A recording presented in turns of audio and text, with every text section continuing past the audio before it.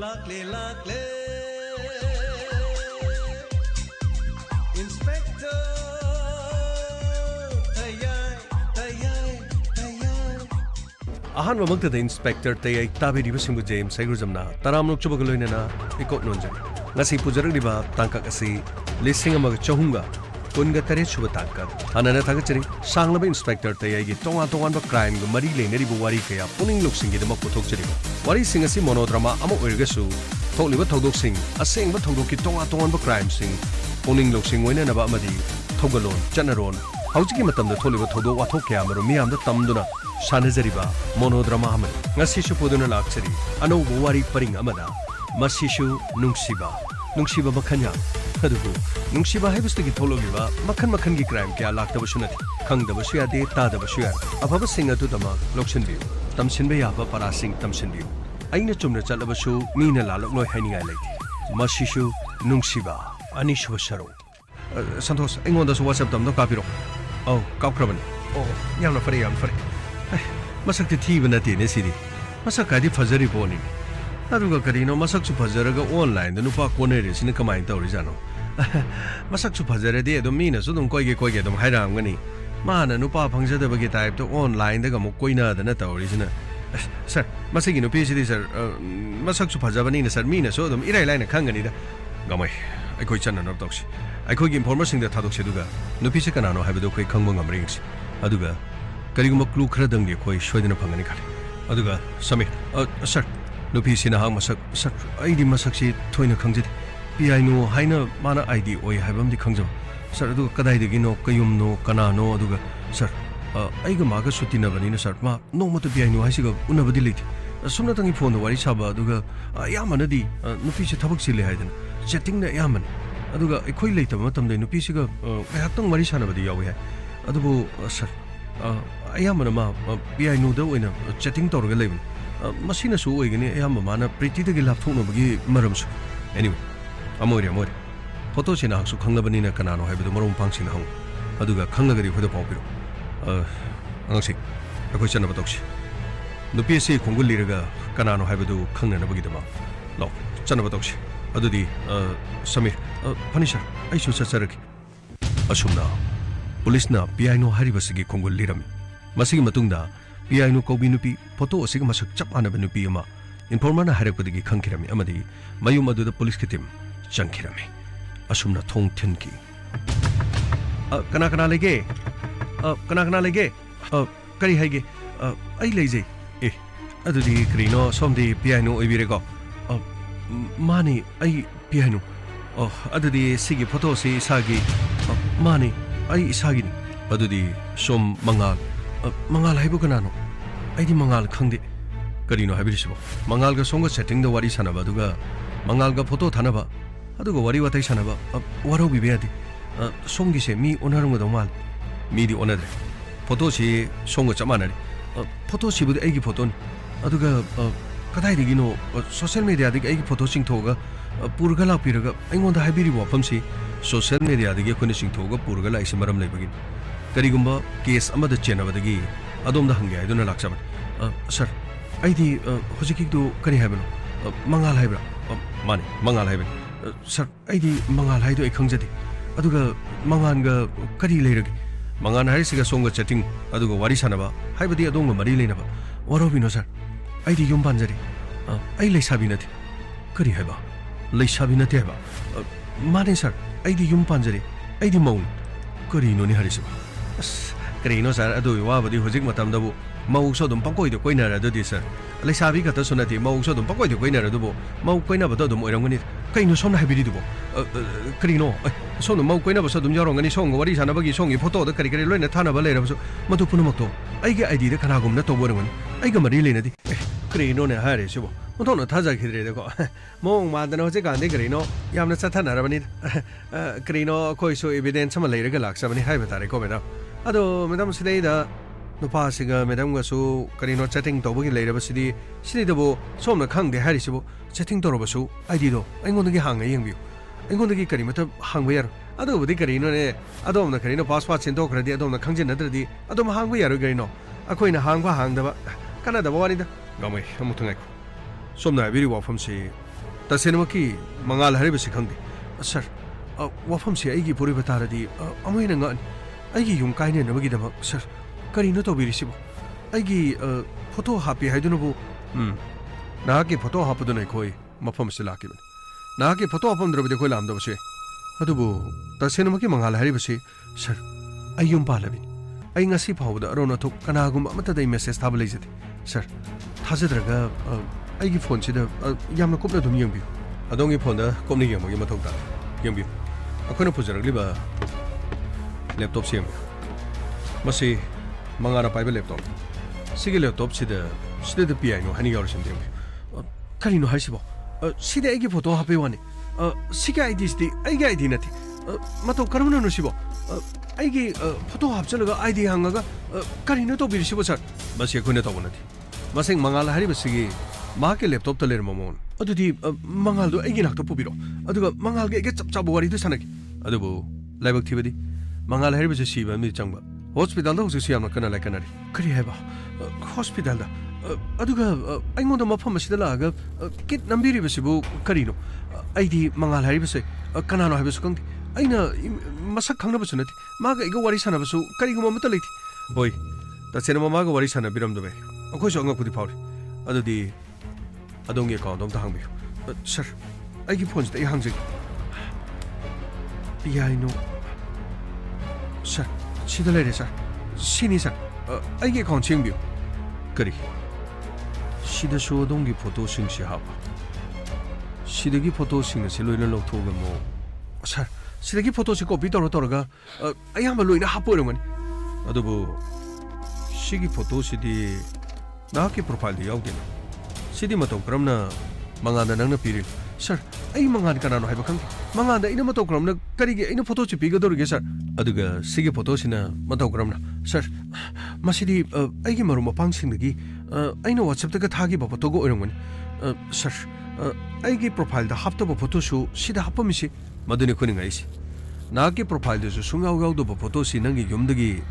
Photo दि माना लौदी लौरमोइदना sir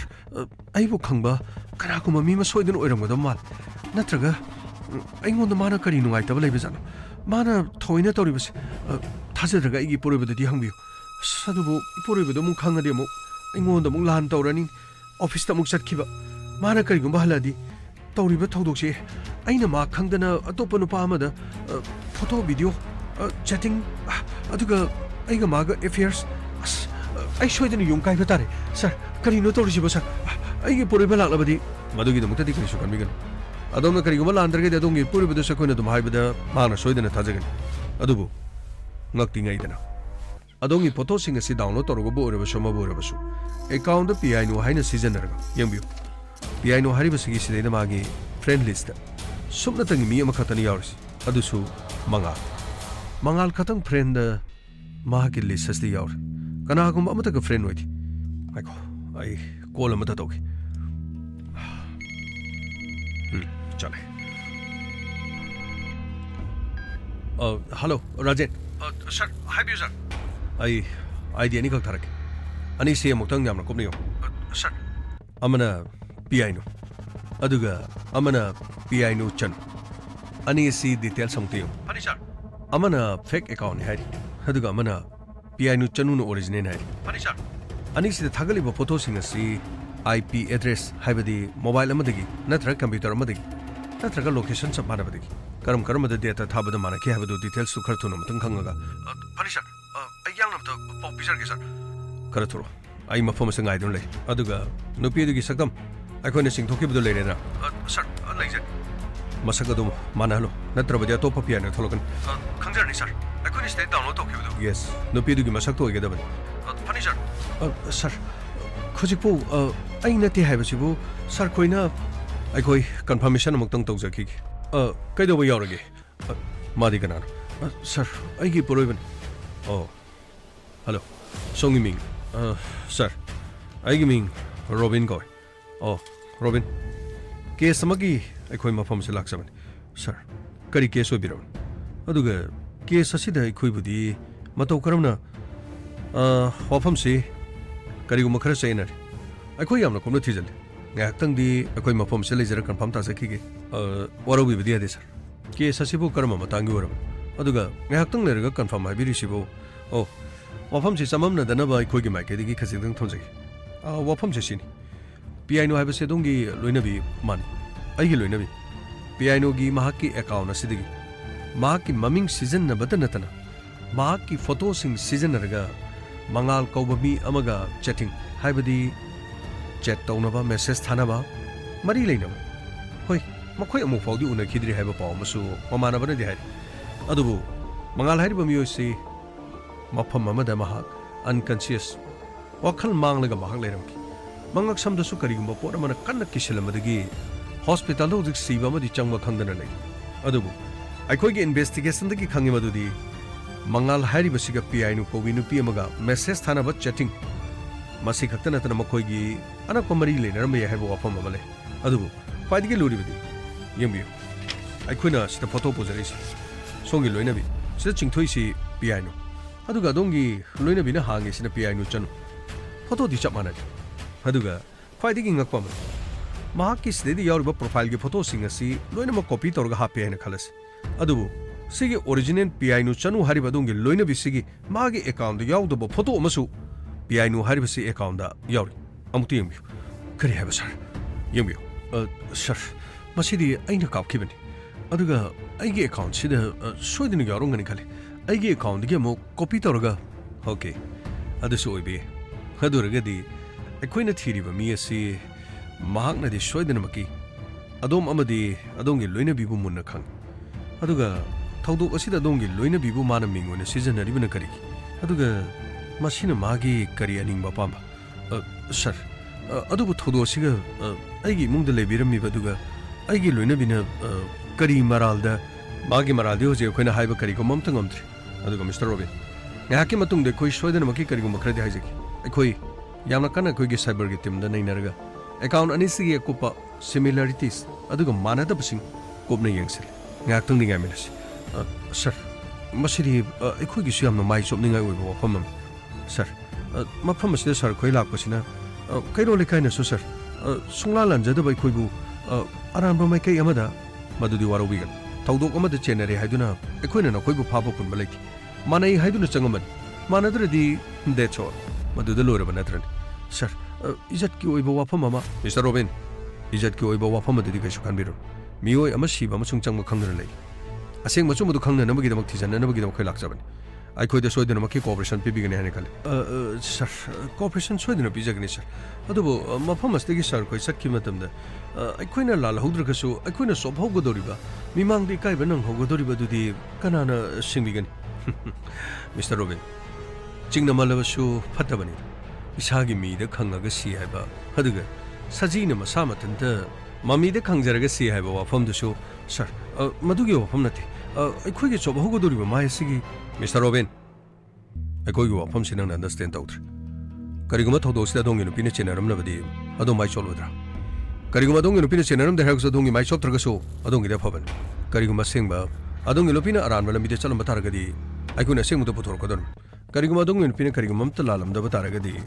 na ki digashu chopningai oibo wafam naiti madudi na ki no pi asengba no pi aduga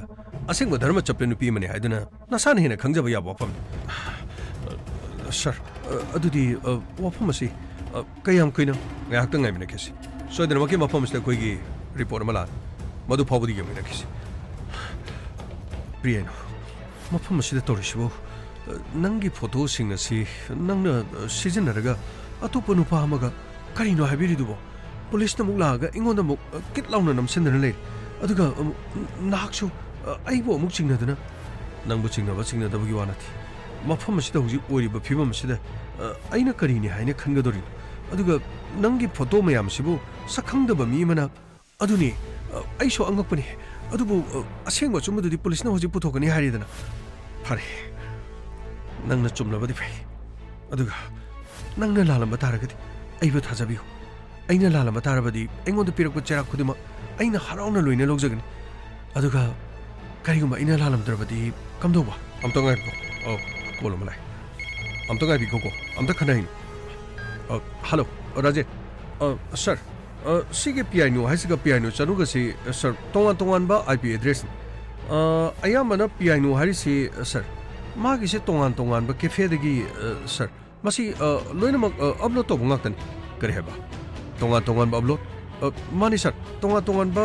cafe cyber cafe गुम्बा internet हांगबो मफम सिंगी चंगा तोबन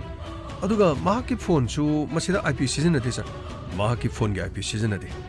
अदुगा पीआई न्यूज चनुगिदी सर पीआई न्यूज चनुगिदी सर मागी फोन दगी अयामना अपलोड तोब ngaktan सर अदुगा सर पीआई न्यूज चनुगिदी मागिदी मरु फ्रेंड हाइबा तारे चनिपानगा मरफु मरी ले सर करी चनिपानगा मरफु मरी सर अचुमनी चनिपानगा समथिंग मदो आईगी फ्रेंडली अदुगा फरसु फत्रसु सर यमी आईबु सुपनतगी आईगी मरुप अमखक लेगेदरन अदुगा आईगी इपुरी बसले आईगी इपुरी ब फावबदा आईगी अकाउंट दे यावदबा हाइबसदी सर मदुदी थाजबिरुन अकाउंट दो अरानवन फेक आईबु मिक्स थीननबा कनागुम अमन सोइदना तोबरंगन सर हौजिती अखुइबु थाजबिरबरा हाबियो सर हौजिक ओरिबा फिबम असिदा अखोइना कनाबसु थाजबदि ngamdre अदुबु अखोइ यामना कन्ना थिजल सर हौजिती असेंबदु खंबिरबनिना खोइबु मिस्टर रोबिन अखोइ हौजिमक असेंबा करिनो हाइबा खंद्रे चिंगनबन इसासिदा वाखन मवोन मोन अदुमा खल सर करि मताउनो खनबिरिबसे अखोइना खलिबसे मसि लालमदि गाय अदुबु पियन अंगांग क्या सुरबगे सर अंगांग याउद्री सर अंगांग याउद्री से लोहंबो कोइदबगिरा अदुगा लोहंबो कोइरपगिरा सर लोहंबदी चही मंगा तरुक अदुमाइन सुरमन अदुदी हौजु फावबो अंगांग याउदबगी मरम सम मेडिकल इश्यूज अदुदी चही मंगा लोहंबगी मरी लेरकलबा फावबो हौजु फावबो मित अंगांग उदबगी सर करिनो हाइबिरिदो सर मिस्टर रोबिन अदोंगे लोइना बिबु अदोमना मिराइनिंग प नत्रगा अदोमना दोंगे लोइना बिबु लापथोनिंग लापथोप ngमदबदगी कनाना खंगनि मागी ममिंग दे अकाउंट मा हंगबिरगा अदोंगे फोन द कापखिबो फोटो फावबदा फेक अकाउंट सिदा हापचलिसिनदि अदोंगे नुपिना महाकी अकाउंट ओरिजिनल असिदा हापतबो फोटो सि फेक सिदा यौरम हारिबा फोटो सि अतोप कना मतन पीबो रंगदबा मात नाहक नसाना अकाउंट दो हांगथोलगा नाहक नुपिबो मिंगस थिननबगिदमा सर करिनो सरना हाबिरिदबो सर चिंगनै हाइदुनबो सर वाफमतबो चिंगनबदि खोइगी थौनि मिस्टर रोबिन अखोइना लालमसु याइको अदुबु अखोइगी मिट अखोइगी वाखल अखोइना खल्लिबसिदि मखन मखन करिगिदि ngangloi अदोंगी नुपिगी फोटो तपताइ हापचिलगा अकाउंट अनि सुरगा लेरम अदुगा ओरिजिनल अकाउंट सिदि याउदबो फोटो फावबदा फेक अकाउंट सिदा फोटो दु याउरगा लेरम अदुगा अदोमना फोटो सि कापने मुसु हाइरि अदुगा फोटो सि मु करिगिदमुक्त फेक अकाउंट सिजनरिबसिना मतौ करमना कदाइदगी लौगदोरिबनो हाइबसि सर मदुदे एगे अकाउंट दगी सर लोकथोपो सोइदन ओरंगनि अदोंगी अकाउंट खोइ यामना कने चेक तौजरि अदुबु करिगुम अदोंगी अकाउंट याउरमलबदि अदोमना हाइबदु चुममसु अदोंगी अकाउंट फोटो सि याउरमदबा तारगदि मतौ करमना कदाइदगी फोटो सि लौगदोरिबनो हाइबसि एनीवे वारोबि बेयादि अखोइ चचरुकी अदुगा अखोइ चलिबसि अमो हना लाओ यानिंगाइ लेथि असेंबा रानबा करमबनो हाइबदु खोइ करिमता खंथ्रि अखोइगी माइकेदगी थिजनजरि अदुगा अखोइने खंगलबदि मखा ताना मफमसिदा दुमा लापसु अदुगा मिस्टर रोबिन वारोबिगन अदोंगी नुपी फोटो याउरमने खोइ मफमसिदा लाकिबे अखोइने मदुना चिंगनबा खरा लेबदगी अखोइने वाफमसिंगा से हाइजबे अखोइ चलुकी ससलंगास फनि सर करिनो खंगदेदा सर मसेगी केसे को का पोंगा होंगा होइदे सर लाउगमय ससलो करिनो थोगदबसे अइगी चानु पासिना फतनुंगदा थोलबदि करिनो मोइ पाबुंग तोगदबसे मामा आई वाखल से आई लेताफों खंगथि हौजिक फावबदना चा ज्ञान ताद्रिने करिनो हौजिक तोगदोरिबसे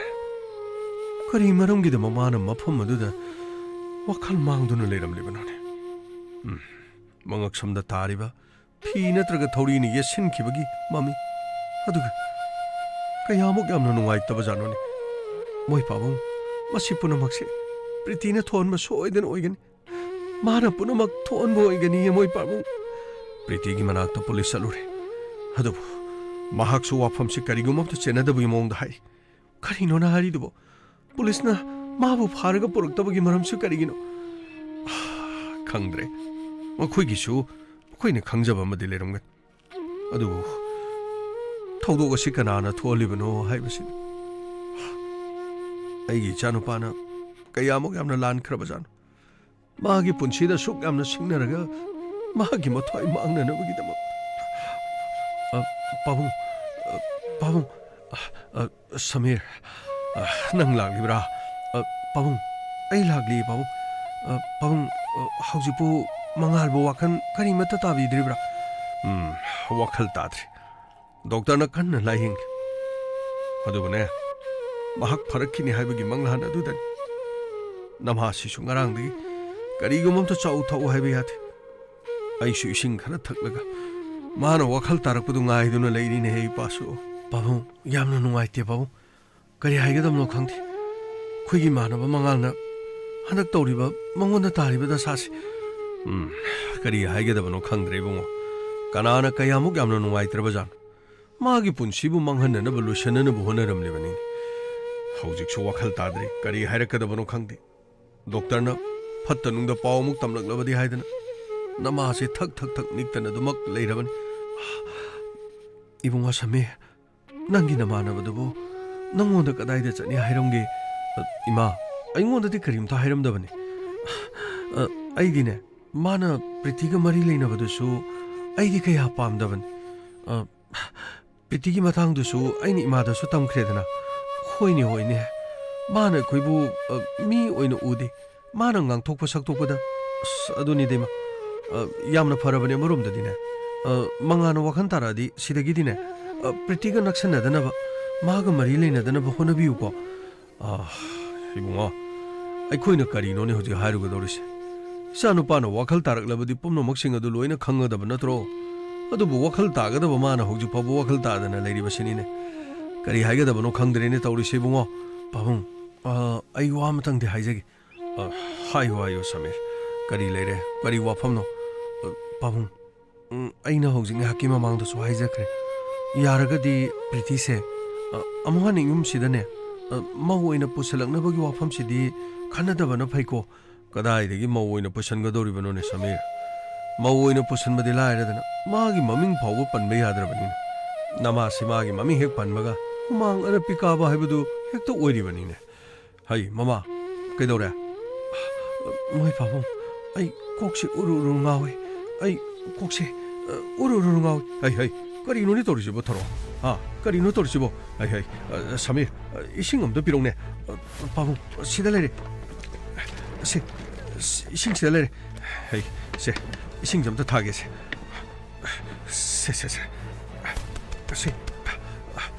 ꯁꯦ ꯌꯥꯔꯕ꯭ꯔꯥ ꯊꯥꯔꯛꯑꯣ ꯁꯦ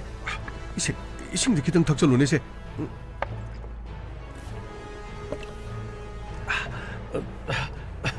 뭐이 바보 야래세 야래 나랑 되기 거리부터 사다보가 거리노 낭나 떠오르시보 나티 거리노 하이버니 낭 떠오르시보 프리티기 머밍 다바다 에이 이사시 로이나 강촌 촌다 야래 마마 미기 마사다 타이나가다바 나티 아이기사 아이쿠이기사 아이쿠이네 섹신가다바니네 아이쿠이네 섹신다바르기 톡리바 나트로 야래 봄나막 로이나 떠오르시 나차누파 와칼 따라파 나차누파나네 아이쿠이가 와리 사나바 야라 마두다기디 마기 아노부 푼시 모이르가다바니네 하나디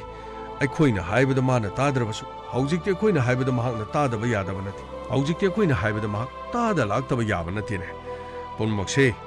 아이쿠이나 하이바다 마학나 일람라바디 마시 톡가드라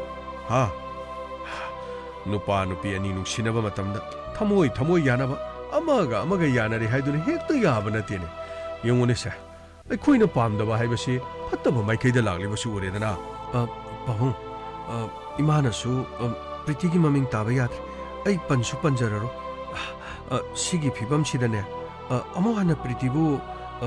망알기다목도 신비바 하이바세 아파보 오이니아나 아이디 그야 타자디 서미르 아이코이나 마토 카름나 셀루가데게 마두 오이러레다 보아니 카다이데기노 마항나 아이코이기 유마두다 마오이나 락파다 아이코이니 헤나 손보이가도리바니 락트링에데기 마나 아팜팜다 하이바 호크라바 나트라 하두부네 마마 마파다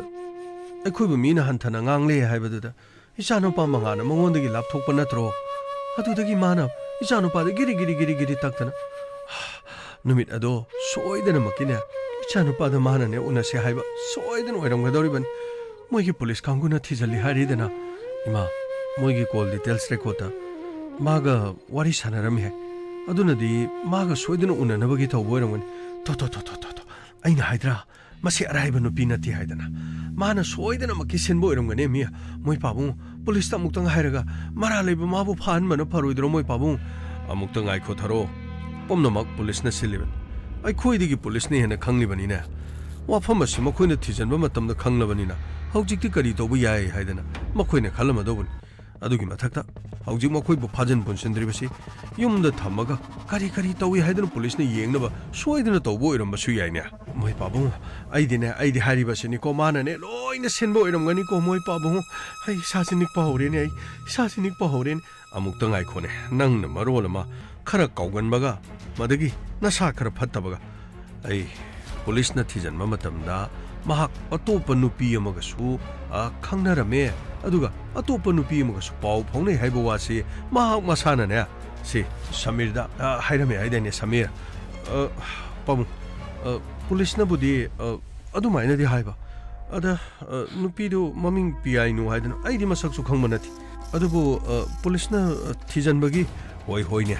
ꯄꯨꯂꯤꯁꯅ ꯊꯤꯖꯤꯟꯕ ꯃꯇꯝꯗ 마기 mayumda ꯆꯠꯀꯅꯤ 하이드는 폴리스 ꯆꯠꯈꯤꯕꯅꯤ ꯃꯈꯥ ꯇꯥꯔꯛꯄꯗꯨ ꯀꯔꯤ ꯇꯧꯒꯗꯒꯦ ꯍꯥꯏꯕꯗꯨꯗꯤ ꯑꯩꯈꯣꯏꯁꯨ ꯇꯥꯗ꯭ꯔꯤ ꯈꯪꯗ꯭ꯔꯤꯗꯅ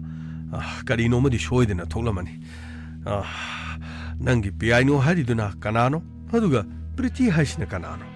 ꯑꯗꯨꯒ ꯄꯤꯌꯥꯏꯅꯨꯒ ꯅꯆꯥꯅꯨꯄꯥꯒ ꯎꯅꯕ ꯊꯣꯛꯈꯤꯕ ꯖꯥꯠꯂꯥ ꯑꯗꯨꯗꯤ ꯄꯤꯌꯥꯏꯅꯨ ꯍꯥꯏꯔꯤꯁꯤꯅ ꯄꯨꯂꯤꯁꯅ ꯊꯤꯖꯤꯟꯕꯗ ꯍꯧꯖꯤꯛ ꯐꯥꯎꯕ ꯐꯥꯕ ꯉꯝꯗ꯭ꯔꯤꯕꯁꯤꯅ ꯀꯔꯤꯒꯤ ꯑꯣꯏꯔꯤꯖꯥꯠꯅꯣ ꯃꯣꯏ ꯄꯥꯕꯨꯡ ꯅꯪꯒꯤ ꯄꯤꯌꯥꯏꯅꯨꯒ ꯍꯥꯏꯔꯤꯗꯣ ꯃꯗꯨ ꯑꯣꯏꯔꯝꯃꯣꯏ ꯑꯩꯗꯤ ꯄ꯭ꯔꯤꯇꯤꯗ ꯌꯥꯝꯅ ꯆꯤꯡꯅꯩꯀꯣ ꯄ꯭ꯔꯤꯇꯤꯗ ꯌꯥꯝꯅ ꯆꯤꯡꯅꯩ ꯍꯥꯏꯔꯤꯕꯁꯤ ꯑꯩꯕꯨ ꯐꯔꯁꯨ ꯐꯠꯇ꯭ꯔꯁꯨ ꯃꯥꯒ ꯈꯪꯅꯔꯤꯕ ꯅꯨꯄꯥꯗꯨꯒꯤ ꯅꯨꯄꯤ ꯑꯣꯏꯔꯤꯕ ꯑꯗꯨꯒ ꯍꯅꯨꯕ ꯑꯅꯥꯕ ꯁꯦꯟꯅꯕ ꯉꯝꯃꯣꯏ ꯑꯍꯜ ꯑꯣꯏꯔꯕ ꯍꯅꯨꯕꯤ ꯁꯦꯟꯅꯕ ꯉꯝꯃꯣꯏ ꯋꯥꯈꯜ ꯆꯣꯏꯔꯕꯤ ꯁꯣꯅꯣ ꯊꯨꯡꯕ ꯀꯔꯤꯅꯣ ꯃꯥꯅ ꯉꯥꯡꯉꯦ ꯍꯥꯏꯔꯤꯕꯅꯤꯅꯦ ꯌꯥꯔꯦ ꯃꯃꯥ ꯃꯗꯨꯒꯤ ꯋꯥꯐꯝꯗꯣ ꯇꯣꯛꯂꯁꯤ ꯃꯤꯑꯣꯏꯕ ꯍꯥꯏꯕꯁꯤ ꯑꯐꯕ ꯄꯥꯝꯃꯤꯅꯦ ꯃꯤꯑꯣꯏꯕ ꯍꯥꯏꯕꯁꯤ ꯐꯠꯇꯕꯗꯤ ꯀꯥ ꯍꯦꯟꯅ ꯄꯥꯝꯗꯦ ꯅꯪꯁꯨ ꯈꯟꯗꯨꯅ ꯌꯦꯡꯉꯨꯅꯦ ꯃꯤ ꯑꯃꯅ ꯄꯣꯠ ꯂꯩꯕ ꯃꯇꯝꯗ ꯐꯖꯕ ꯄꯣꯠ ꯆꯩꯗꯨ ꯇꯞ ꯄꯥꯏꯗ꯭ꯔꯣ ꯌꯥꯎꯔꯤꯕ ꯄꯣꯠ ꯆꯩ ꯃꯅꯥ ꯃꯁꯤꯡ ꯌꯣꯟꯕ ꯑꯣꯏꯔꯕꯁꯨ ꯇꯤꯟꯖꯪ ꯒꯥꯏꯖꯪꯕꯗꯨ ꯈꯔ ꯐꯖꯗꯕꯗꯨ ꯃꯁꯤꯗꯤ ꯐꯖꯗꯦ ꯃꯁꯤ ꯄꯥꯏꯔꯒꯦꯁꯤ ꯀꯅꯥ ꯍꯥꯏꯅꯒꯦ ꯄꯣꯠ ꯆꯩ ꯂꯩꯔꯕꯁꯨ ꯐꯖꯕ ꯍꯦꯛ ꯌꯦꯡꯕꯗ ꯅꯠꯇ꯭ꯔꯥ ꯁꯨꯡꯒꯪꯅꯕ ꯄꯤꯇ꯭ꯔꯨ ꯄꯤꯛꯁꯟꯕ ꯄꯣꯠ ꯆꯩ ꯀꯅꯥꯁꯨ ꯂꯩꯕ ꯄꯥꯝꯗꯦ ꯁꯦꯒꯥꯏ ꯇꯨꯒꯥꯏꯕ ꯄꯣꯠ ꯌꯥꯎꯔꯝꯂꯕꯁꯨ ꯂꯩꯕ ꯄꯥꯝꯗꯦꯗꯅ ꯃꯁꯤ ꯃꯤꯑꯣꯏꯕꯒꯤ ꯃꯆꯠ ꯑꯗꯨꯅ ꯑꯩꯕꯨ ꯍꯥꯏꯌꯨ ꯍꯥꯏꯔꯕꯗꯤ ꯍꯟꯗꯛꯀꯤ ꯃꯇꯥꯡꯁꯤ ꯄꯨꯂꯤꯁꯅ ꯊꯤꯖꯤꯜꯂꯤꯕꯁꯤꯗ ꯑꯃꯕꯨ ꯑꯣꯏꯔꯕꯁꯨ ꯑꯁꯦꯡꯕ ꯈꯔꯗꯤ ꯁꯣꯏꯗꯅ ꯈꯪꯅ ꯅꯆꯥꯅꯨꯄꯥꯅ ꯋꯥꯈꯜ ꯇꯥꯔꯛꯄꯅꯤ ꯑꯩꯅ ꯉꯥꯏꯔꯤꯕꯁꯤ ꯅꯆꯥꯅꯨꯄꯥ ꯋꯥꯈꯜꯕꯨ ꯇꯥꯔꯛꯂꯕꯗꯤ ꯁꯤꯗꯒꯤꯗꯤ ꯃꯥꯕꯨ ꯑꯩꯒꯤ ꯏꯃꯤꯒꯨꯝꯅ ꯑꯩꯅ ꯀꯣꯏꯁꯦꯟ ꯁꯦꯟꯅꯗꯨꯅ ꯂꯩꯒꯗꯧꯔꯤꯕꯅꯤ ꯃꯗꯨꯕꯨ ꯉꯝꯗ꯭ꯔꯕꯗꯤ ꯑꯩ ꯃꯄꯥ ꯅꯠꯇ꯭ꯔꯦꯗꯅ ꯃꯣꯏ ꯄꯥꯕꯨꯡ ꯅꯆꯥꯅꯨꯄꯥꯅꯒ ꯀꯔꯤꯒꯨꯝꯕ ꯐꯠꯇ ꯅꯨꯡꯗ ꯊꯣꯛꯂꯕꯗꯤ ꯑꯩꯗꯤ ꯀꯔꯤꯅꯣ ꯅꯪꯅ ꯍꯥꯏꯔꯤꯕꯗꯨꯕꯨ ꯊꯥꯔꯛꯑꯣ ꯅꯆꯥꯅꯨꯄꯥ ꯀꯔꯤꯁꯨ ꯇꯧꯔꯣꯏ ꯅꯆꯥꯅꯨꯄꯥꯅꯦ ꯇꯒꯠ ꯇꯦꯛꯇꯅ ꯑꯗꯨꯃꯛ ꯂꯩꯔꯤꯕꯅꯤ ꯅꯍꯥꯟ ꯊꯧꯗꯣꯛ ꯊꯣꯛꯄ ꯅꯨꯃꯤꯠ ꯑꯗꯨꯗꯒꯤ ꯃꯥꯒꯤ ꯃꯁꯛꯇꯨ ꯅꯛꯁꯤꯟꯅ ꯎꯕ ꯐꯪꯗꯦ ꯑꯃꯨꯛꯇꯪ ꯃꯥꯅ ꯇꯨꯝꯂꯤꯉꯩꯗ ꯃꯥꯒꯤ ꯁꯛꯇꯝꯗꯨ ꯌꯦꯡꯂꯨꯕꯗ ꯅꯍꯥꯟ ꯅꯨꯃꯤꯠ ꯑꯗꯨꯗ ꯑꯌꯨꯛꯇ ꯀꯣꯏ ꯀꯛꯇꯨꯅ ꯆꯠꯈꯤꯕꯗꯣ ꯍꯧꯖꯤꯛ ꯃꯥꯅ ꯐꯃꯨꯡꯗ ꯇꯥꯔꯒ ꯂꯩꯕꯁꯤꯗꯤ 마기 막고이도 카라카라 카라오 자도 юм다 이코이가 레이저보 어려버디 깨자드나 목자드나 레이저번 까리기노 아이기 자다 아숙 얌나 땀티니 자기 분치고 망나바 실람리바 막코이에도 까나노 막코이에도 부 프리티라 막코이에도 부 까나노 피아이노라 까리고 마마다 강들이네 마마 모이 바보 샤시 얌나 손데레 모이 바보 이마 바보 수마이나 좀 손다드나 레이르디 가림타 야라로이 이마수 까리 임타 차디 하이드나 sakhamnadana imasu hauju wandage tawridun ima karino tanni khangde bread ni khangde karigumba kharadang chasandrabadi kamdongni soidena maki itaw mangalsu masu wakhan taraklan mano wakhan tarakuma matamde ima koi pabung khoina ison sona leiramlabadi soidena ne waroga tare adugane ai mamana ba malai aina karimti yengsinde gaina ne aingonda ga mo waroga dorijan se ima karigumba kharadang chana batokse pabung kaigo makradang chana batokse ai canteen dagine karino chaba thakpa yaba ai am ta lokjaraki pabung ima ada laibiramuko hai leirunune samer hai ma chat khramale ne ai di sing khajik tu staktana ngarang kari gumba khara da sudum chai adubu nang di kari mata chadrabani ne tharo chadrabadi nang bp low isalakani ne nang na masidi da na safat tabadu ga tawri se moi pa ho ichanu pa manga wakhan ta bangai khige sir sir kedore ga mai sir nuai ta pa ma ta ba gi sir kedore ge hauji thole ba case asiro sir adugi case adugi dina trene sir krino hauji se thodok adugi matang do di tongana thamkhra ga sir relief camp da leiba mauna ma su sir thori yan tu mu sire hari sir kari haba mani sir churchanpur dagi krino sir mayu makai loi na mai thadok pi ki bo mal relief camp da leiba se thori ya laga siba se sir asom na kan gi de sir thori ya laga siba gum se kri som da ta moi asong gi de sir kana na yeng sin bi ba jano khang de ni sir som na kan gi di mo thori ya laga sige taw bu su yaw khre khara ma su si khre khara ma karino engine oil tha ga si ba su yaw khre suicide taw ga sir na matam ma da hai bi ki bu sir masa matan da suicide taw ga mai thara ga si jaba yaw rakini thori ya laga si khini ga na hai ba sir na matang kari ga na mayam na hai ki bu sir khaning ning sin lo gi wani sir gamai madam ak thok taw di ocean adubu kari gi da mak ta mi mena sijar ge hana lep lok liban yong chahi ani chapchana pharak da ba koidre mege tang humda chahi ani phaga doriban hauju phawda tholiba thodo sida lotion magi wafam kari gum mami ma tu udre madubu lotion madi laire dana mafam kaya da irang kaya hauja tapna sum no magi satharak adubu kanana khambi ga doriba kanana yengsin bi ga doriba luri bo wafam di khambi ga da ba yengsin ga da ba singna thaidok thaijin tawduno leir hauji state ki issue ni mo haigal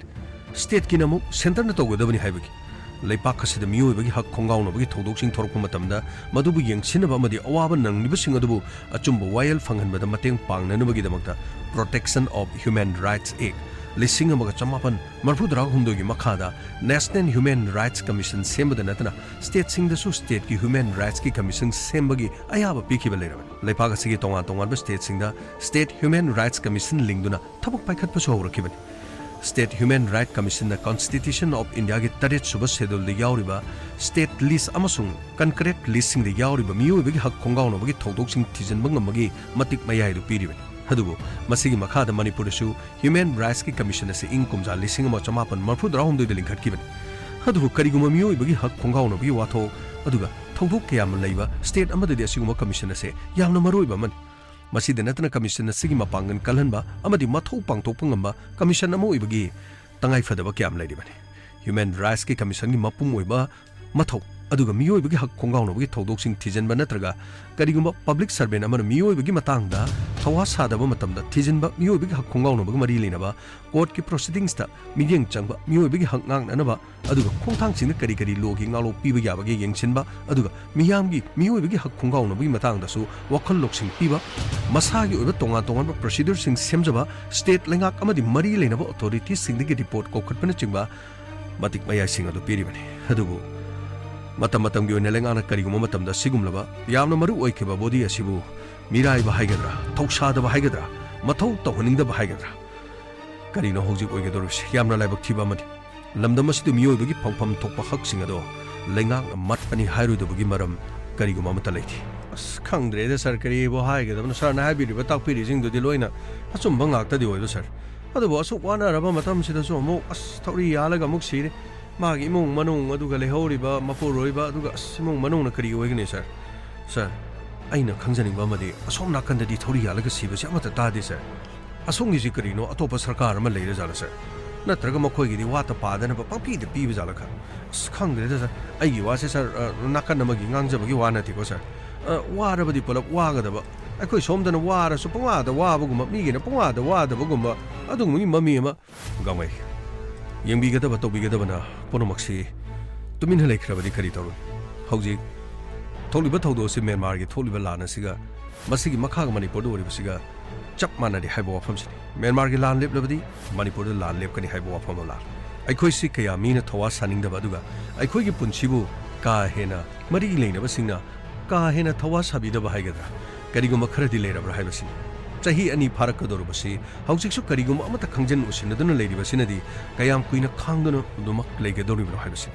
relief camp da sigumba thodoksing tholokpasi leptana tholokkiga haibagi mi paibadu leidi gamai khangdre da nungai taba pauna pakta da tai kri haigedabno khangde da sikram amatamda taptharakadoribno as khangdre da nakan amadasu ingbagi wa leite nakan amadasu ingbagi wa krimata leite adabu krino sir Manipuri anova governor lagudu sir Churchanpur da sir chaluba matamadu dadi sir krino lana se loisin be yabagi mami ma leire ga haibagumba thajabaga pibasibu sir karam tawri jano khangde da sir gamai Churchanpur da chatuna mapamadagi CSO amadi mahiroi lupsingi luchingba unaduna wari di sanak Manipur gi rang ase thumatumda luisingani haina governor na thajaba pikre haba lana si makhoi da thajaba piribu kari mayamna hangningai di oi hadubu anoba governor ramana parapra apam adu chatuna kariguma kharadi toba haibasdi yamna phaba khongthang aman Churchanpur amadi Bishnupur gi tongan mafam singda aduga relief camp sing chatuna camp sing adu da leiriba miyoi sing unaduna wari sanabagi thabak sathaki hai loinana inmate sing aduna phongdorpo wapam sing governor na kupna tasin khiba loinana mahaki maikei digi pangba yaba mateng pangani haidana thajabadi piramki aduga governor na mahaki official singa ayu anganmada Churchanpur da thungdana Madugi matungda amu Churchanpur gi college information technology gi center masu mahna sangha khiba lei haujik oriba phibam si Manipur lenga ki makhada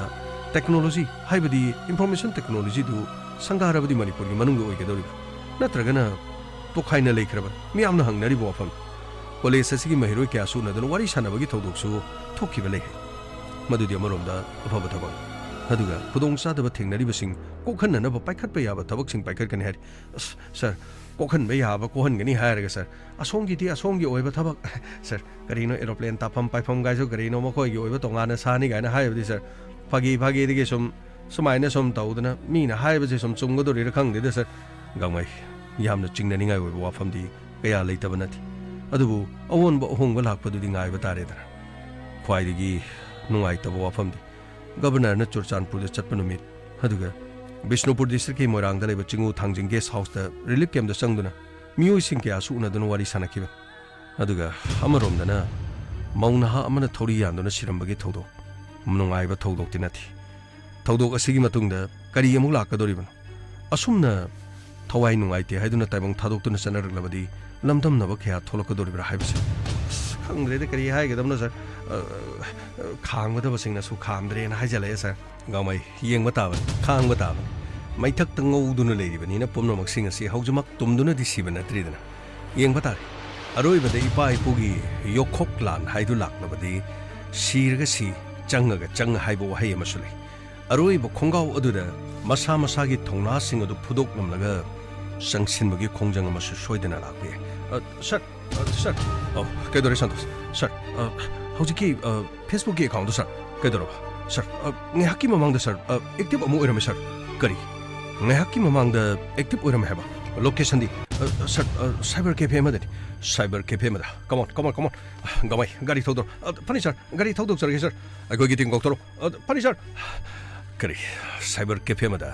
active oriba santos sir mafam madu di yang chanaba dokshi maduga mahak kanano haibadu khangani aduga piano haribadu yumda leibra natraga mahot out of station oibra kadai de leibagi haibadu yangsi aduga mahakki mapuribudu su kadai de legi haibadu yangsi aduga makhoi gi number sing adu sir makhoi gi number sing loina surveillance to lizari sir good chachi makhoi location oibra kana location oi haibadu mafam adu da yenglaga soidana khangani gamai sir gari leizari sir lo chachlo khartulo anga salo come on quick fast Karino ne bimo no yesa sa kakhalon rahul karino dam naptana dam tawle ribo Manipur film gi gari tongma nang da budung ari lo ai de thawle ko gabe thujam pani sir karino mafam adu daga leram di fani da sir thojalo mafam adu da leram labdi case si ngasi adu makdore chalo pani sir leida leram di nungai ni ko adu bu khang de ne tawle si mana ngasai ne chen mana han khidor bajala thojalo gamai khari gang na thojalo pani sir adongi te bandolo biro bro adongi de pungdu yadre tamo loirani sumda tagi mini manga khatang ari kitang yangcham diyo matang ga idan leiri waro biya de khoi gise mafam se kitang chin ba duga akhoi computer gi tongan ba class khar chu satha ga daliba pungje ta sale yar ka di makha tabadi khoi se ka changan jadrabani pung hum taragadi khoi makha tabase atopa mi amata pahan jadaba sidagi di class lai bagi tamo somna tagi minani kada okay ai sanga tamo pasongka gi loi khraba karamano karino sidida nupara nupira ma kaino tawri dubo tamo magi do loiti loiramani kaino tamo police gari ra kanom lai karino police gari lai khangde tamo police lai sibo karino kanom tanga sida lai me am cham to thok pya deko sidam to cm to toge cm to angasi ka sing no luisang sir kari le bagi na khoi gi sidagi nangi ip haitare sigi mafam je sinarga agona nandi sinar ban mafam sida account khok sijana ba min khole amda morom thiu morom da next chong sir karino som dadi mi amani di famale noi som nakhan da tholok si karino noi na hangi se logout togun ko amata logout togun amte yenge amte santos amte bimo rahul sir sir sida sir amati si logout to rame sir sir karino sibo lipstick amaga karino sampun bagi rubber band amaga seler kari rubber band amaga sampun bagi mafam se nupi sangam sir nupi di sangmusu yawbani sir adudi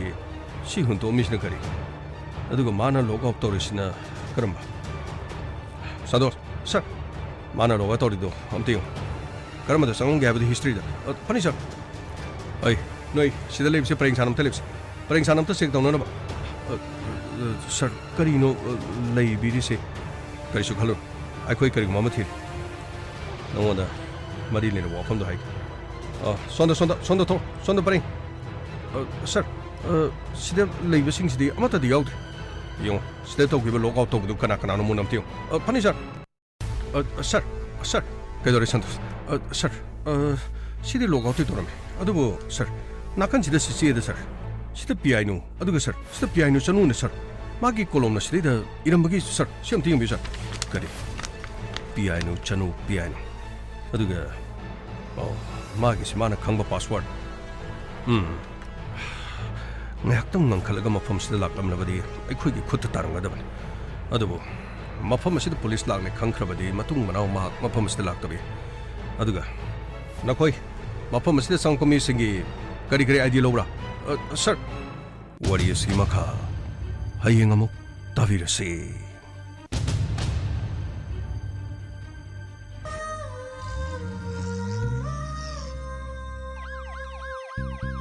lakle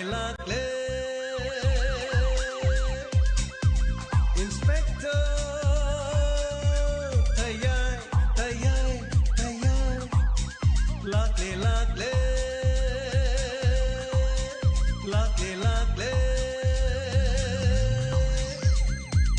inspector tayai uthanaba kanbinaba thank you sir welcome uthanaba kanbinaba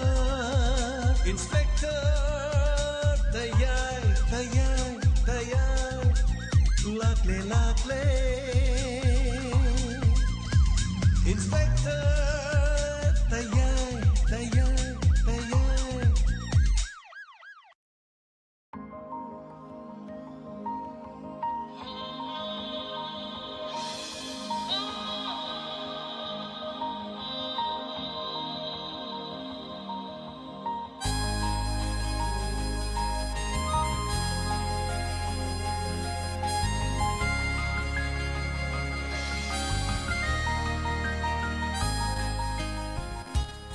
Anana thagacharing asigi inspector tayai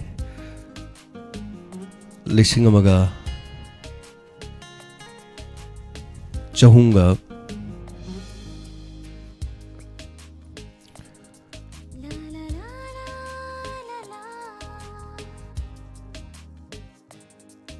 asigi inspector tayai lising ama chahunga kunga tare suba tangkak tabiri basing anana thagachari asigi tangkak kamdok bibage ताबीरिबसिंग पिबिरकपा comment मचा मचा खरा पाजरगा लोइसनजगे हनना थागचरी वारिसी अरोइब सरुक हयेंग तामिनसी part 1 2 3 फाउबदंग लैबा तांका कमनी अदुगा हयेंग अरोइब सरुक ताबिरगा तोदोसी कनाना थोलिबनो हैबा चप चाना खंगमिनरसी मयाम पुनम हनना थागचरी 90.0 वाहों रेडियो दा ताबिरिबसिंग लोइनना सिगी थोरम दा यावबिरिबा सिंग पुनम बो हनना थागचरी GTPL केबल दा येंगबिरिबसिंग हनना थागचरी mayamgi predict tawnorokpasu yauri thagachari anana sanai be waka thagachari thangjam manjana thagachari ma bemola aruni akujam thagachari sabir danin oinam thagachari daina tox thokjom thagachari indo oinam ranjita ngango shanti laishram thagachari mayam punama dusyan laitan them Facebook account si Mr. Robin na hanglam daw mali yung ina si wari si twist daw dori yes twist ni wari si twist kara taro ka ni hayang diloy sala ni yam sang wari nate kang minar si aseng ba tawdok tagi yung pamoy ba tawdok ni long jam chaning kombi thagachari sabir thagachari maduga mem cha yendrem bam ima mani tomya sem thagachari hanana ima toromasi dum yawi bagi damak Sarjenta thagachari masibu nungsiba ni shuba tangkap khazai ta phirakpa lalita ingkom thagachari Shanti Laishram thagachari sir ngai bane hena kuida ngai bane hena kuida oi upai leite do I pani no wari mayam si irak pade to upai son leite yada ba hai batare ko do bo thagachari ngai bi bagi dama aduga mina nifu mangara sang mani ado hekta khanghaudi haitare ni phumangas thank you so much sanjar mam tombisana ibeman ningthau khong thagachari ngasi inspector tayai nungsiba tu thagachari aduga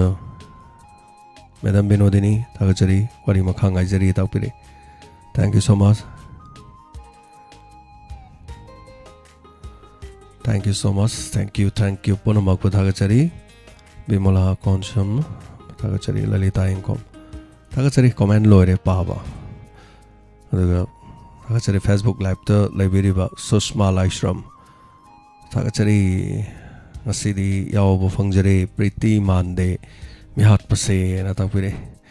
yamina si Susma thank you so much Facebook live ta library thagachari Facebook ki mi yam dorjo haitare do tangai phadana dum account ki thajari baidun thank you so much hojikti lan leibani na lan gi video lan gi wari khana chainaba amana ma hunnaba amana ma ngangnaba ama sidanaba kanglup ama bu hunba adagi mi gi lohong khongdong ba kadagi kari ani ko ama sigumandani na thawai yaw yaw tare hojikti puning loksing wai wafam ada sigum wafam sing de hojikti tabina ba yam wai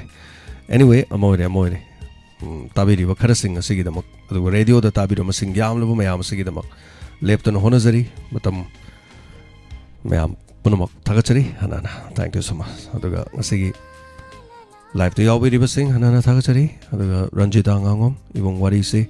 yam nungai ba makok tagi thaudre hiyang oina tajari tabiu kisu kai laite thangjamanjana wari phajai pelok de na takpirakpa sarjenta thagachari aduga wari se karadi ngawali yes karadi kok lekhai bani aduna thadoila thagachari sir wari se an fazai but yamna changna loisili aduna live se tabani heli chak panahan kai nonga laga tabani yes tabadi phongphong saringe da tabna dum nungai doini samna hairda yen angoba degi nga angoba phadikom timing da kothabado hawidan ses karaduma hairlo nongalaga tabana ngariani haitare ses thank you so much yam nungai jai live tabirami hanati lising amaga chamri changwa mi lising ani ga lerame live taga angakpani ko adu matam je on mani monotonous oirakpa mi je hanjalak pai je som pamakte adubu hanjalle haiduna su ai yumda leriba ima ipa yumda leriba mi haitare ne ko aina nukti gi ui hanjalle ai isadu nukti gi ui na makori mela halwa ponte nang nukti gi ai uri ngonda pabung baba korokono hairu ya ponte ai no pi yom da lai da nukti gi ui na haina de haya ponte ima chalo he hawai da nukti gi ure nang yeng de haya ponte aduna mi oi ba se hanjan makhara da haina da blai rasu hai tai anyway puning loksing oiba wari mayam ama nomagi puragli maming manarasu Inspector Tayai haina tholasu wari sing asidi tholiba thodok sing asdagi pong saba thodok mayam dagi lauthok chaba thodok anyway mayam da puning loksing oiba ngaktang puthana na magda pijaba anana thagachari thoda masa kumar thank you so much aduga live lobi bagi thagachari thadoila aduga naurem kavita madam thagachari anana yawiri sing kangjam thoiba thagachari oja thoiba live yawi bagi damak mayam mating pangbiko thagachari mayam mating pangbiko na haibiri kari no ja thoiba thank you so much aduga kingson ngarangbam thagachari yamba wari yamna fazai tabada sengkhakre okay krai ogrum rokangre gorong cheng rai ogre oh okay fazai tabde am ngai kuirabagi tungdang asina naw live taba fangjare na takpire thagachari kingson ngarangbam live yawi bagi thank you so much live yawi ribasing hai batare aduga nongmagi wari de dum lepte wari makhan ni puning loksing oiba mayam hai tare tholiba thodok pong saba thodok tagi lokthok saba ngaktani asyam dok sa dolaga hai tare hari priya chanu thagachari hanana aduga sarjenta rune kojam thagachari punama dushan saraidi yambong do kuireda takpire thagachari dushan kuire thagachari aduga ningthokong dagi beman thagachari madam beman ibem sa ningthokjam sarwari se nungai gangmai ne hena nungai jain takpire hoi matang ne hai tare gangmai su yawba yabagi tanja leitabana hai batai ma yawbagi tanja he tadaba hai batai aduga madam lalita namai rapam thagachari aduga thank you so much nam chelo gonmai sir ga wari gi tangkok se an fazai matam pumadi gai fabo biu na takpire nam chelo thagachari hanana aduga thagachari chaning khombi punamak yawbiri basing ming hanjan basing pajadre thank you so much langon chanata khelembam thagachari mayam punamak yawbiri basing thank you hanana thagachari aduga roibada haibata reko relikem da leitabado asengba pawni ado hayeng ayuki pawda yamba loina headlines loina yaurani aidi pawdo hana phangabani na aina hana mayam na haidok jare haidare aduna mayam na information do pijagre aduna thori yalaga sibane masamaki chuni do na thori yalaga sibane aduga laikhidrabi adugi no padu maming aiga ming manabani masu somda thabak su dana wangjing da thabak su ro leibani hai ma thengna hodi hai yam nungaite adunga sidagi pungning gi warol da chahi amagi mamang lan se thokra matung da ai samona so pungning gi warol da ina haijakibani leitaba lairaba khaki wana tana pen da bakayana puning da om da no leiba hai batare kayam kuina bunna chak thong da relief camp da leidoi ne na leirakki doino do na lupa mo pai da na hai tare adagi mayam da hojik de dok kentan yon ba so hana di kham lebirami hojik di kham leina bai wa leitre maram di pam su pam na di mayam na quality yo de natra mayam punamak mayam so loina wai adaga hingnabagi honabda sen taliba sing sudum wabani na haiba tare aduna yam nungaite tasengna hai kan ana awaba marak sida haiba tai karama su lekhidaba yaure masagi leina de leitaba yaure sijaba yoksale nasiguma thodok sing ase yam nungaite hai tare aduna ngasi wari sida mate matang gamai na hapkhibani yaukhibani hai tare ana pause sengmani ngai hakki matang da pause yam loi lani pause sing da loina yambiu aduga hairiba si pause yaubani aduga nungaite hai tare yam tina nungaite gamai na haidu so me somda di thori halasi basi pause ta di asongina kanana yengi jano nakhoi somda na kramai thori jano moigi sumayu makai de dum saimne moi so dum yauri me amoire thagachari apaba ya pabo minarsi nungaite toliba todo du gi damak imong manung yawa sorga jari mari lena basini yang chen bidana awa du imong du gi hai tare wari ngai du da mari lena basina karino sang chen bidana hona biradi am nungai ni thagachari me am punamak aduga hanana thagachari thadoila sengmani wari tarakanda pungning da leramba wa ba pon ma kokpa awa ba pon ma kaung no hona bai base koi gi thong ꯑꯩꯒꯤꯁꯨ ꯑꯗꯨꯝ ꯑꯩꯈꯣꯏꯗꯁꯨ tension ꯅꯥꯏ ꯑꯩꯁꯨ ꯑꯗꯨꯝ ꯑꯦꯟꯖꯥꯏꯇꯤꯒꯥꯏꯁꯦ ꯑꯗꯨꯝ ꯂꯩꯕꯖꯥꯠꯅꯤ ꯊꯣꯛꯈꯤꯕ ꯊꯧꯗꯣꯛ ꯋꯥꯊꯣꯛ ꯀꯌꯥ ꯑꯃꯔꯣꯝꯅ ꯍꯥꯏꯇꯥꯔꯦꯀꯣ ꯑꯗꯨ ꯅꯨꯡꯉꯥꯏꯕ ꯉꯥꯛꯇ ꯑꯣꯏꯗꯦꯕ ꯑꯩꯈꯣꯏꯁꯨ ꯑꯋꯥꯕ ꯂꯩ ꯀꯞꯅꯤꯡꯕ ꯂꯩ ꯃꯌꯥꯝ ꯑꯃ ꯑꯋꯥꯕ ꯃꯌꯥꯝ ꯂꯩ ꯑꯗꯨꯕꯨ ꯃꯌꯥꯝꯗ ꯁꯨꯃꯥꯏꯅ ꯋꯥꯔꯤ ꯂꯤꯊꯣꯛꯀꯥꯟꯗ ꯑꯩꯒꯤꯁꯨ ꯑꯦꯟꯖꯥꯏꯇꯤꯗꯣ ꯐꯩꯌꯦꯕ ꯃꯌꯥꯝꯅ ꯑꯩ ꯀꯣꯃꯦꯟ ꯄꯥꯖꯩꯁꯦ ꯑꯩꯒꯤꯁꯨ ꯑꯗꯨꯝ ꯑꯦꯟꯖꯥꯏꯇꯤ ꯐꯩꯌꯦꯕ ꯑꯗꯨꯅ ꯑꯩꯈꯣꯏꯁꯦ ꯑꯃꯅ ꯑꯃꯒꯤꯗꯃꯛꯇꯅꯤ we are made for each other ꯍꯥꯏꯗꯣ ꯅꯨꯡꯉꯥꯏꯇꯦ ꯑꯁꯦꯡꯕꯅꯤ ꯄꯥꯎꯁꯦ ꯍꯌꯦꯡ ꯑꯌꯨꯛꯀꯤ ꯄꯥꯎꯗꯗꯤ ꯂꯣꯏꯅ ꯌꯥꯎꯔꯕꯅꯤ ꯃꯧ ꯑꯃ ꯂꯩꯇ꯭ꯔꯦ ꯌꯥꯝ ꯅꯨꯡꯉꯥꯏꯇꯦ ꯃꯁꯥꯃꯛ ꯊꯧꯔꯤ ꯌꯥꯜꯂꯒ ꯔꯤꯂꯤꯐ ꯀꯦꯝꯞꯇ ꯂꯩꯇꯕ ꯍꯥꯏꯕꯁꯦ ꯃꯄꯨꯔꯣꯏꯕꯅ ꯊꯕꯛ ꯁꯨꯕ ꯆꯠꯈꯤꯕ ꯂꯩꯇꯕꯅꯤꯅ ꯂꯥꯏꯔꯕꯅꯤꯅ ꯍꯤꯡꯅꯕ ꯍꯣꯠꯅꯕꯗ ꯍꯥꯏꯕ ꯇꯥꯔꯦ ꯌꯥꯝ ꯅꯨꯡꯉꯥꯏꯇꯦ ꯑꯐꯕ ꯌꯥꯏꯐꯕ ꯄꯨꯟꯅ ꯑꯣꯏꯃꯤꯟꯅꯁꯤ ꯑꯗꯨꯒ ꯃꯔꯤ ꯂꯩꯅꯕꯁꯤꯡꯅ ꯌꯦꯡꯁꯤꯟꯕꯤꯗꯨꯅ ꯁꯤꯒꯨꯝꯕꯁꯤꯡꯁꯤꯗ ꯑꯋꯥꯕꯗ ꯑꯃꯨꯛꯇ ꯄꯨꯛꯅꯤꯡ ꯆꯤꯡꯁꯤꯟꯕꯤꯔꯗꯤ ꯌꯥꯝ ꯅꯨꯡꯉꯥꯏꯅꯤ ꯑꯗꯨꯒ ꯌꯥꯔꯤꯕ ꯃꯈꯩꯗꯤ ꯑꯩꯈꯣꯏꯅꯗꯤ ꯀꯔꯤ ꯍꯥꯏꯔꯨꯅꯤ ꯆꯠꯂꯤꯁꯦꯁꯤꯡꯅ ꯂꯩꯔꯤꯕꯁꯤꯡ ꯔꯤꯂꯤꯐ ꯀꯦꯝꯞꯇ ꯂꯩꯗꯨ ꯅꯣꯏ ꯂꯣꯏꯅꯃꯛ ꯁꯨꯃꯥꯏꯅ ꯂꯣꯏꯅꯃꯛ ꯇꯧꯔꯛꯑꯅꯤ ꯍꯥꯏꯕꯁꯤꯗꯤ ꯃꯇꯝ ꯑꯃꯒꯤ ꯃꯃꯥꯡꯗ ꯈꯔ ꯈꯔ ꯇꯧꯔꯛꯑꯅꯤ ꯍꯥꯏꯕꯗꯨ ꯆꯨꯝꯖꯜꯂꯛꯏꯁꯤꯅꯤ ꯍꯥꯏꯇꯥꯔꯦ ꯃꯈꯥ ꯇꯥꯅ ꯊꯣꯛꯇꯕꯁꯨ ꯑꯣꯏꯁꯅꯨ ꯌꯥꯝ ꯅꯨꯡꯉꯥꯏꯇꯦ ꯊꯥꯒꯠꯆꯔꯤ ꯄꯨꯝꯅꯃꯛ ꯑꯐꯕ ꯌꯥꯏꯐꯕ ꯄꯨꯝꯅꯃꯛ ꯑꯣꯏꯃꯤꯟꯅꯔꯁꯤ ꯌꯥꯎꯕꯤꯔꯤꯕ ꯄꯨꯝꯅꯃꯛ ꯍꯟꯅ ꯊꯥꯒꯠꯆꯔꯤ ꯄꯨꯝꯅꯃꯛ ꯏꯃꯥ ꯂꯩꯕꯥꯛꯅ ꯌꯥꯏꯐꯔꯤ ꯏꯃꯥ ꯂꯩꯕꯥꯛꯀꯤꯗꯃꯛ ꯍꯤꯡꯃꯤꯟꯅꯁꯤ ꯏꯃꯥ ꯂꯩꯕꯥꯛꯀꯤꯗ ꯂꯩꯃꯤꯟꯅꯁꯤ ꯈꯨꯔꯨꯝꯖꯔꯤ